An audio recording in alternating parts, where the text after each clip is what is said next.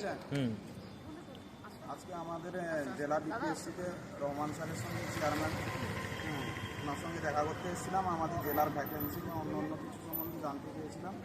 Sir যে তথ্য দিয়েছেন আমাদের জন্য খুব খারাপ খবর বলতে পারো। একমাত্র আমাদের ভ্যাকেন্সি বাড়ানোর উপায় হচ্ছে মুখ্যমন্ত্রীর দৃষ্টি আকর্ষণ করা এবং বারবার রাজপথে নামা। মুখ্যমন্ত্রীর হস্তক্ষেপ ছাড়া আমাদের কোনোভাবে ভ্যাকেন্সি বাড়ানো সম্ভব না। তাই যারা আন্দোলনে আসছো না তাদের উদ্দেশ্যে বলতে চাই, তোমরা রাজপথে নামো এবং পরবর্তী আন্দোলনগুলোতে আসো। নতুন করে বলার মতো আর কিছুই নেই। প্রথম থেকে আমাদের স্বপ্ন দেখানো হয়েছে, মাননীয় পর্ষদ সভাপতি এবং মাননীয়া দুজনেই স্বপ্ন দেখিয়েছেন 50,000 ভ্যাকেন্সি দেবে, 1 লক্ষ ভ্যাকেন্সি ছিল, যদিও সেটা কমে গিয়ে মাননীয়া বললেন 21-তে দাঁড়িয়েছে। তো সেখান থেকে আমাদের মনে যে আশাটা দেওয়া হয়েছে তদ্রূপ আমরা জেলা থেকে আমাদের জেলাতে অতটাও ভ্যাকেন্সি আমরা পেলাম না।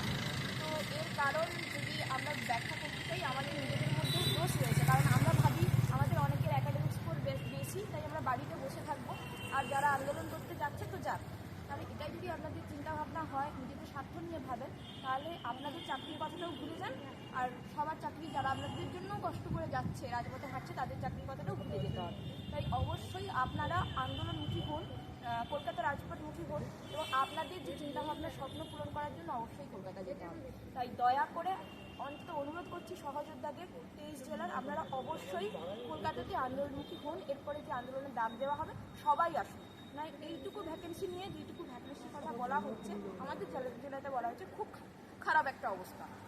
রাজ্যেরও যে ভ্যাকেন্সির কথা স্যার উল্লেখ করেন সেটাও খুব খারাপ অবস্থায়। এবং স্যার ওখানটায় আর একটা কথা বলছে যে গৌতম বাবু হচ্ছে বড় গৌতম, আমি ছোট গৌতম, আমাদের দুজনের কোনো ক্ষমতা নেই, যা আছে ম্যাডামের কাছে আছে। অতএব আমাদের ম্যাডামের দৃষ্টি আকর্ষণ বারবার করতে হবে। অবশ্যই যদি ম্যাডামের হাতেই থেকে থাকে তো মাননীয়া সম্মানীয়া আপনাকে বলবো আপনি তো নাকি আমাদের মায়ের সমান, আমাদের দিকে একটু তাকিয়ে কিছু ব্যবস্থা নিন। আমাদের জীবন নিয়ে ছেলেখেলামি করবেন না। আমরা আমাদের পারিবারিক আর্থিক অবস্থা আমাদের খুবই খারাপ। আমরা অনেক দিন থেকে বসে আছি, 22 সাল থেকে টেট পাস করে বসে আছি। আর এই জন্যই তো টিএডটা করেছিলাম, যাতে প্রাইমারি শিক্ষক হতে পারি, লাইনা হতে পারি। আর আপনারা তো বলবেন যে টেট মানেই চাকরি নয়, যদি হয়ে থাকে তাহলে এত স্বপ্ন দেখানোর মানে কি? তো অবশ্যই আমাদের 22-23 জেলার সমস্ত সহযোদ্ধাকে বলবো এই সমস্ত প্রশ্নের উত্তরের জন্য এবং শূন্যপদ বেশি আনার জন্য কলকাতা এবং আন্দোলনের জন্য অবশ্যই যেতে হবে। ধন্যবাদ। বলছেন দেবশ্রীদি, বলো। বলো, তুমি বলো। বলো বলো।